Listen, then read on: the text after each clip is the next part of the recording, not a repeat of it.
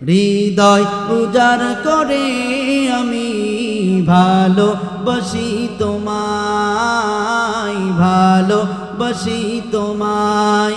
ভুলিনি তাই আমি আজো, ভুলিনি তাই আমি আজো হে প্রিয় নবী তোমায়। আহা হৃদয় উজাড় করে আমি ভালোবাসি তোমায়, ভালোবাসি তোমায়।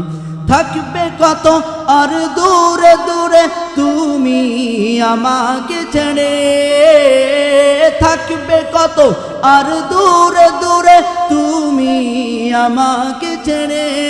শান্ত করো এ মনটায় আমার, শান্ত করো এ মনটায় আমার, দিদার দিয়ে আমায়। আহা হৃদয় উজাড় করে আমি ভালোবাসি তোমায়। এ বাবাজি, এ বন্ধু আমার আল্লাহ ডাক দিয়ে বলে কুরআনুল কারীমের মধ্যে, লাকাদ খালাকনাল ইনসানা ফি আহসানি তাকওয়িম।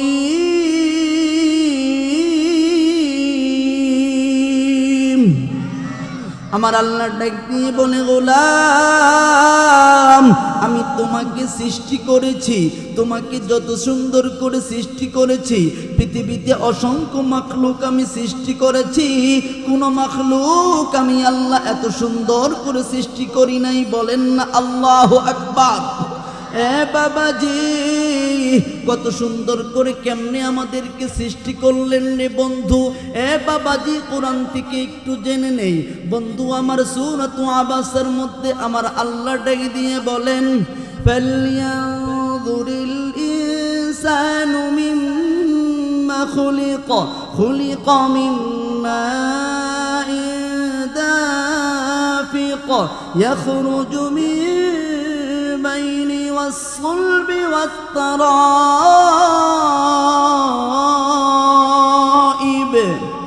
আমার কলিজার টুকরা মেয়েরা আমার আল্লাহ ডাক দিয়ে বলে, গোলাম ফালইয়ানজুরিল ইনসান, মানুষকে চিন্তা করা দরকার, মানুষকে গবেষণা করা দরকার।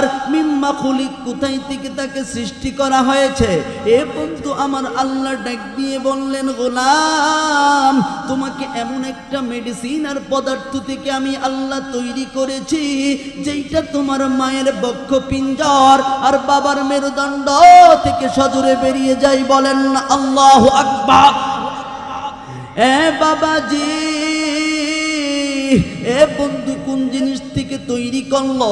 আমার আল্লাহ ডাক দিয়ে বলছেন, এ বন্ধু 29 পারার 21 নম্বর পৃষ্ঠা সূরাতুদ দাহারের 1 নম্বর রুকুর 2 নম্বর আয়াত। আমার আল্লাহ বলেন, ইন্না খালাকনাল ইনসানা মিন নুতফাতিন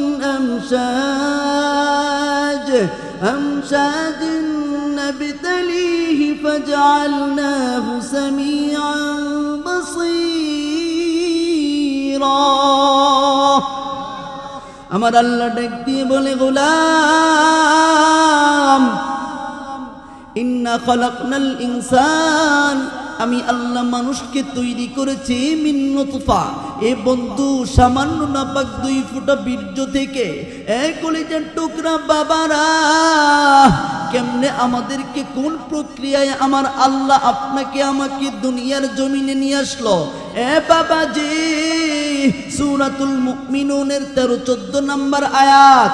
আমার আল্লাহ ডাক দিয়ে বলে, গোলাম ثم خلقنا النطفة علقة فخلقنا العلقة مضغة فخلقنا المضغة عظاما فكسونا العظام لحما ثم أنشأناه خلقا آخر فتبارك الله أحسن الخالقين। আর চিল্লায় বলেন আল্লাহু আকবার। এ বাবাজি, যখন ওই বীর্যটা মায়ের গর্ভে চলে যায়, এ বন্ধু খুব খেয়াল করে শুনবেন, এ বন্ধু বিজ্ঞানীরা বলছে 4 কোটি মানুষের সাথে আমরা সেখানে লড়াই করেছি রে বন্ধু। এ বন্ধু 4 কোটি শুক্রাণুর সাথে আমরা লড়াই করে করে আমার আল্লাহ তোমাকে আমাকে মায়ের গর্ভে যখন পৌঁছায়া দিল বন্ধু আমার, 40 দিন পর পর সেটা চেঞ্জ হয়ে যায়। আমার আল্লাহ বলছেন তুম্মা খালাকনান নুতফাতা আলাকা, এ বন্ধু 40 দিন পরে সেইটা জমাট বাঁধা একটা রক্ত হয়ে যায়। তার 40 দিন পরে জমাট বাঁধা রক্তটা একটা গোস্তের টুকরা হয়ে যায়। এ বন্ধু আরো 40 দিন পরে আমার আল্লাহ হাড় হাড্ডি দিয়ে একটা অবকাঠামো তৈরি করে। এ বাবাজি আমার আল্লাহ বলেন তার 40 দিন পরে ফাকাসাউনাল ইযামা লাহমা, আল্লাহু আকবার। আমার আল্লাহ বলছেন 40 দিন পরে আমি আল্লাহ ওই অবকাঠামোর উপরে আমি গোস্তের একটা আবরণ দিয়ে দেই।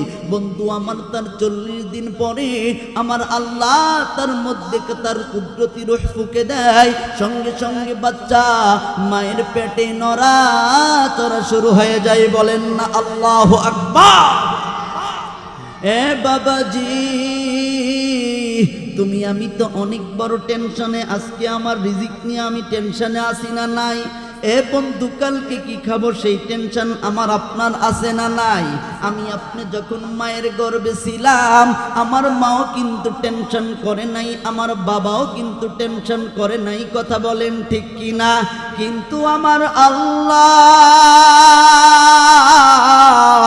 বন্ধু আমার তোমাকে আমাকে বলে নাই, আমার আল্লাহ সেখানে মায়ের একটা মাসিকের রাস্তা বন্ধ কইরে দিয়ে সেখানে তোমাকে আমাকে সুন্দর মতো খাওয়ার ব্যবস্থা করে দিয়েছে। বলেন না আল্লাহু আকবার। বন্ধু আমার দুনিয়ার জমিনে কোন প্রসেসে আসবো সেইটাও আমার আল্লাহ করে দিলেন। বন্ধু আমার দুনিয়ার জমিনে যখন আমরা প্রবেশ করলাম, এ বন্ধু দুনিয়াতে আসার পরেই চিৎকার আসে না নাই? এমন জোরে চিল্লানি দেয়, চিল্লানির আওয়াজ আমরা কেউ বুঝি না। বন্ধু আমার বাচ্চা বলে ক্ষুধা ক্ষুধা ক্ষুধা লাগছে, আমার তো খাওয়া নাই। বন্ধু আমার মায়ের পেটে খাওয়ার জন্য লাইন বন্ধ ছিল, একটা লাইন দিয়ে আপনাকে আমাকে খাওয়াইছে। বন্ধু আমার যখন দুনিয়ার জমিনে আসছি আমার আল্লাহ আপনার আমার জন্য একটা রাস্তা বন্ধ কইরা দুইটা রাস্তা চালু কইরা দিছে। বলেন না আল্লাহু আকবার।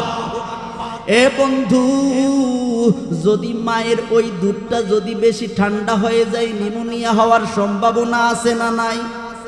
এ বন্ধু যদি বেশি গরম হয় মুখ পুড়ে যাওয়ার সম্ভাবনা আছে না নাই? এ বন্ধু ওই দুধটা যদি বেশি স্পিডে বের হয় বাচ্চা কিন্তু খাইতে পারবে না। এ কলিজার টুকরা বাবারা আমার আল্লাহ তোমাকে আমাকে ভালোবেসে মহাব্বত করে বানাইছে। বন্ধু আমার দুনিয়ার জমিনে আসার পরে এমন সিস্টেম করে দিলেন তুমি যখন মায়ের স্তনে যখন মুখটা লাগাও আলতো করে চোষক মারো, তোমার শরীরে তেমন শক্তি নাই, আলতো করে চোষক মারার সঙ্গে সঙ্গে আমার কুদরতি আমার আল্লাহর কুদরতি ব্যবস্থাপনায় খাবারটা তোমার মুখের মধ্যে চলে যায়। বলেন না আল্লাহু আকবার। এ আরো চিল্লায় বলো আল্লাহু আকবার। এ বাবাজি কত সুন্দর করে তোমাকে আমাকে তৈরি করছে তুমি জানো নি? আমার আল্লাহ সূরাতুল ইনফিতরের মধ্যে ডাক দিয়ে বলেন ফি আই সূরাতিন মা শাআ রাক্কাবাক। আমার আল্লাহ ডাক দিয়ে বলে গোলাম আমি আল্লাহ যত সুন্দর করে চেয়েছি তত সুন্দর করেই তোমাকে সৃষ্টি করেছি। বলেন না আল্লাহু আকবার। এ বাবাজি এত সুন্দর করে এত নাজ নিয়ামতের কথা যদি বলতে থাকি বন্ধু রাতের পরে রাত চলে যাবে, আল্লাহর নিয়ামতের কথা শেষ হবে না, কথা বলেন ঠিক কিনা? কলিজার টুকরা বাবারা, এত সুন্দর করে যে আমার আল্লাহ তোমাকে আমাকে বানাইলো, কেন বানাইছে বন্ধু এইটা তুমি জানো নি? বন্ধু আমার আল্লাহ ডাক দিয়ে বলছেন 27 পারার 2 নম্বর পৃষ্ঠা সূরাতুজ জারিয়াতের 2 নম্বর রুকুর 56 নম্বর আয়াত। এ বন্ধু তাফসিরে মাযহারি খুলে দেখবা, তাফসিরে জালালাইন খুলে দেখবা। হে বন্ধু আমার আল্লাহ ডাক দিয়ে বলে ওয়ামা খালাকাতুল জিন্না ওয়াল ইনসা ইল্লা লিয়াবুদুন।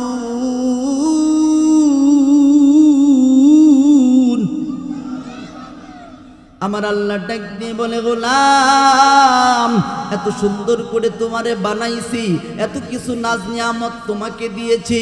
ও বন্ধু তোমার থেকে আমার আল্লাহ ভাত চাই না, কাপড় চাই না, আমার আল্লাহ শুধু চাই আমি আল্লাহ ছাড়া অন্য কারো ইবাদত করতে পারবে না। বলেন না আল্লাহু আকবার।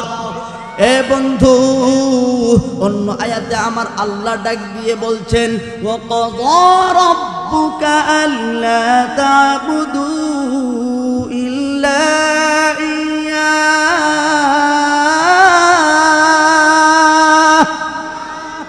আমার আল্লাহ ডাক দিয়ে বলছে গোলাম ওয়া ক্বাদা রাব্বুক, হে নবী আই আমারা রাব্বুক, হে নবী আপনার রব চূড়ান্ত সিদ্ধান্ত নিয়েছেন। কি চূড়ান্ত সিদ্ধান্ত নিয়েছেন? আপনি আপনার উম্মতদেরকে জানায়া দেন আমি আল্লাহ ছাড়া অন্য কারো সাথে ইবাদত করা যাবে না। বলেন না আল্লাহু আকবার। এ বাবাজি তাহলে ইবাদত করবেন কার? আরো চিল্লায় বলেন ইবাদত করতে হবে কার? সমস্ত উপাস্যের যিনি উপাস্য তিনি কে? এ বন্ধু আল্লাহ। সেই আল্লাহ কোন আল্লাহ জাননি?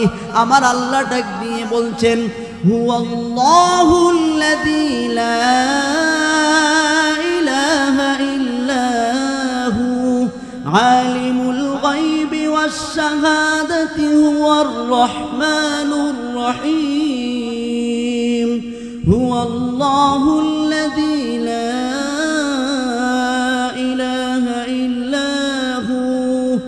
الملك القدوس السلام المؤمن المهيمن العزيز الجبار المتكبر سبحان الله عما